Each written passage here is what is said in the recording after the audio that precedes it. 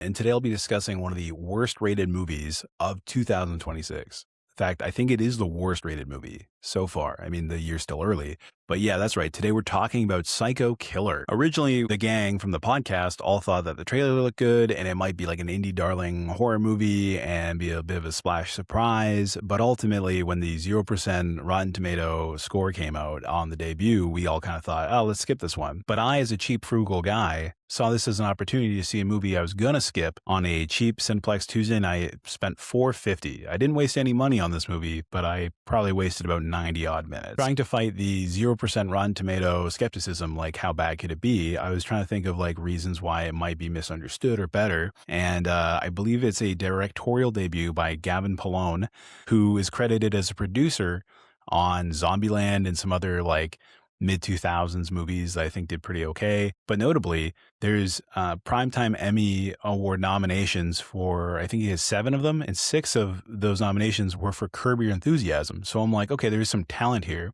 Maybe a first time director, but he's been around, he's done big projects. So this should at least be interesting. And again, as I've been saying, it was interesting enough at points, but man, I can't overstate how bad the writing and acting was. So I'm hoping the discussion isn't super long. It's a short form video. I love a good slasher. I love most horror in general. There's definitely some good stuff there, and I don't think the 0% is accurate or like that bad, but man, I would say it's not far off. Like 11% seems like a more fair rating. The Psycho Killer generic kind of like satanic mask and stuff works good. I compare it to say like Hard Eyes. Very similar feeling, but the Hard Eyes one's maybe a little bit more iconic. Knowing that the Hard Eyes Killer is parodied in the Scary Movie 6 trailer, I was too critical on Hard Eyes. I thought Hard Eyes kind of mid. It didn't quite land for me, but after seeing Psycho Killer, I'm like, oh, okay, maybe I was too harsh on it.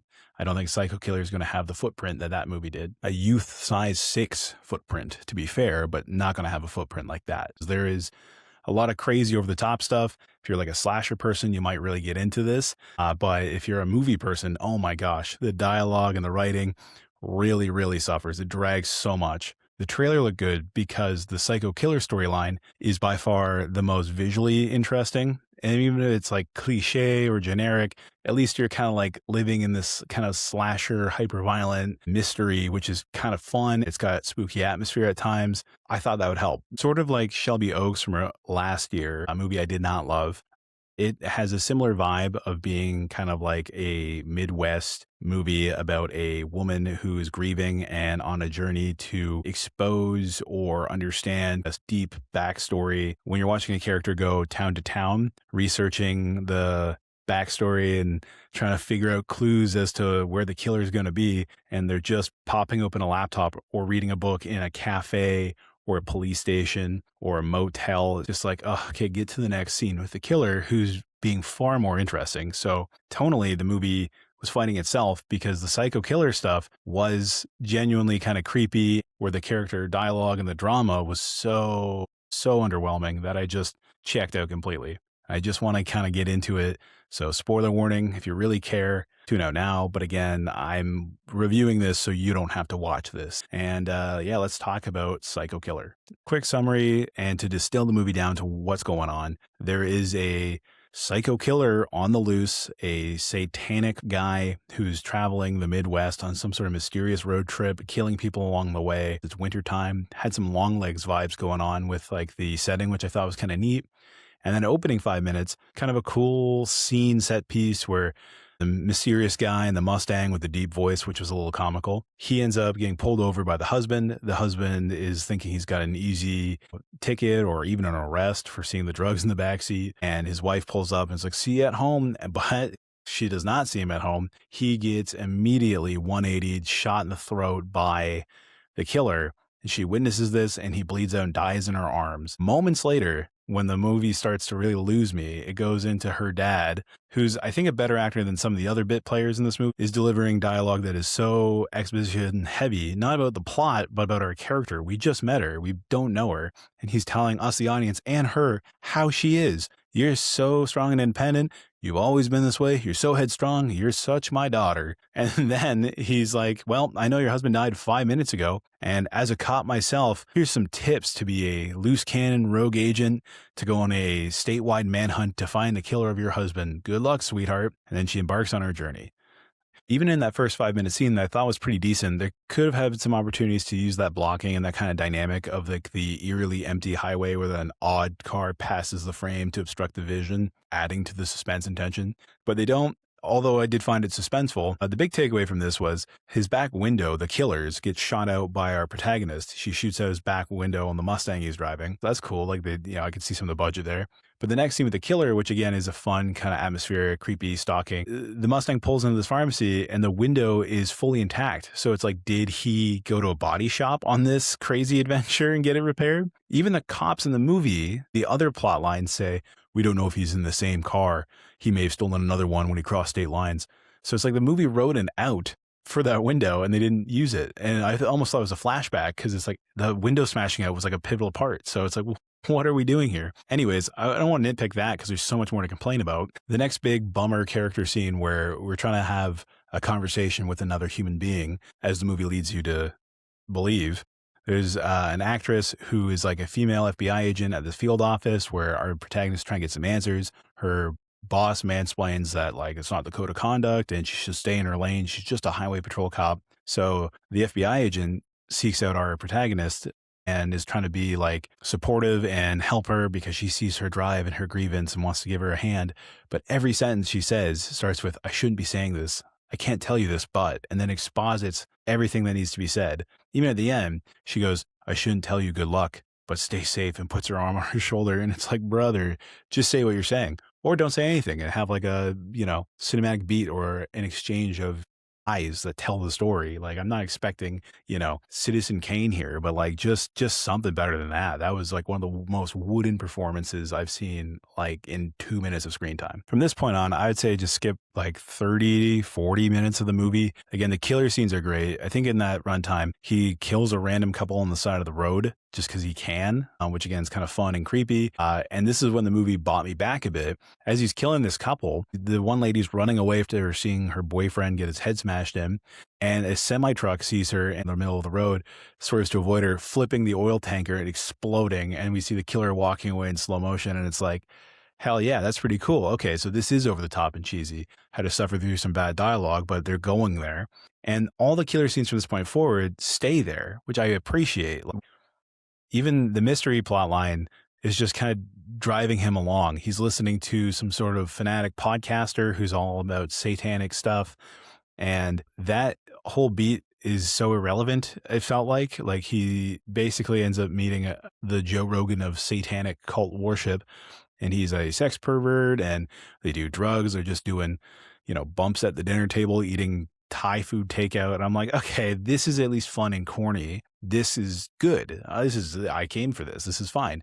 They do like a cool oneer where he murders a bunch of these cult members at some point after he gets what he wants, which again is just like such a weird little like plot device where it's like, oh, well, I need your resources. And it's just like his unpaid intern researching a guy so he can go to another town. You could have just had the killer figure it out on his own by torturing somebody. I don't know. I'm not a screenwriter, but like people who wrote this movie should have.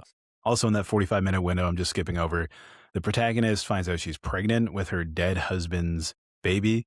And it's just like, here's some extra weight to this crazy emotional story we're telling. And it's like, I don't care, brother. I don't care. Like, the psycho killer is such a menace. I don't think that would stop him from killing. Unless this chase across county lines is like 9 months long, I'm not going to see him sacrifice a baby. So what's the point on adding this plot line? Like, I don't get it. There's a couple scenes where our protagonist kind of gets really close to catching our antagonist, the psycho killer, and those were kind of engaging. But again, it's like any scene without the psycho killer that's just the protagonist existing in the world felt so weird and phony, just getting lore dumped because other people were just coming up to her and telling her what she needed to hear. I feel like I'm repeating that a lot, but the movie repeats it so much, I can't stress it. Ultimately, to get to the big element here of what the psycho killer is doing, he's trying to open the gate. Again, felt a little convoluted just to drag out the story, but basically, he's a big Satanist and he thinks his mission is to effectively recreate the 3 Mile Island nuclear explosion power plant dilemma. So we figured it out through the most ham-fisted of ways. There's even a scene where our protagonist is suiting up like a SWAT team member for a stakeout that ultimately just results in her figuring out by seeing graffiti on the side of a church that it's the wrong place, wrong time, wrong target. She's like, oh, it's the 3M, not like the adhesive brand, but 3 Mile Island. And she turns around, there's a power plant in the distance. So she races over there. Of course, the psycho killer has got the info he needed to get in. And there's again a good over the top kind of like explosive entry to this power plant, hostage situation. The psycho killer gets the control room, starts a meltdown, locks himself in with a hand grenade that's going to blow up and destroy the control panel, meaning nobody will be able to stop the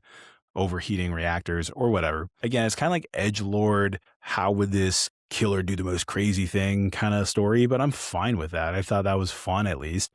Of course, the SWAT team and the entire building staff, security guards, couldn't figure out how to stop this guy until our protagonist shows up. Again, a highway patrol cop from many states away shows up and is like, is there another way into that room? And they're like, no, this is the only way in. Well, there is that one part of the building, but like no one ever goes up there. And sure enough, it's to like an observing room above the control panel area with a window. He's like, this is bulletproof glass. You'll never get it. So she pulls out a high powered rifle that all these SWAT guys have and she has, and she just puts a hole in the window big enough to stick the barrel through and takes a couple shots to down the killer. His grenade goes off, but instead of being on the control panel, it's across the room. The killer is littered with shrapnel, bullets to the legs, chest, and I think one to the throat or the head even. And of course, our hero saves the day. It felt so unrewarding, again, because the mystery itself, they do this whole classified ads thing. They have the podcast thing. None of it really leads anywhere other than like that moment, but they felt unearned. Like there could have been smarter ways to get there. Heck, he could have been killing people related to it. Like there was zero detective work that felt earned here because it was all exposited. The movie ends. She has her baby. Everything's happy. She has a jump scare fever dream. She's now traumatized by the killer even after he's dead. And this is where the movie does the big F you sequel bait thing. And I give it credit because, again, I talk about the movie being over the top and that's when it's at its best. But like it was such a weird setup because I think it was somewhere around 30 minutes in where the psycho killer is driving and the radio's playing as it plays all the time. And we hear a podcast or a news person say like, oh, you know, man, it's the government. They have this secret shadow organization that's making these abominations and crazy people, kind of like a Charles Manson type, like CIA covert op thing. Just through flicking through the channels, you're hearing about this. It's a throwaway line, but sure enough, we find out that he, in fact, was the original satanic kid from early mentioned in the movie, and he is a government plant. He is a special secret domestic terrorist weapon from a black site, like Area 51 is making psycho killers, is what they hint at. The movie just hard cuts the credits, crazy divorced dad rock, power anthem.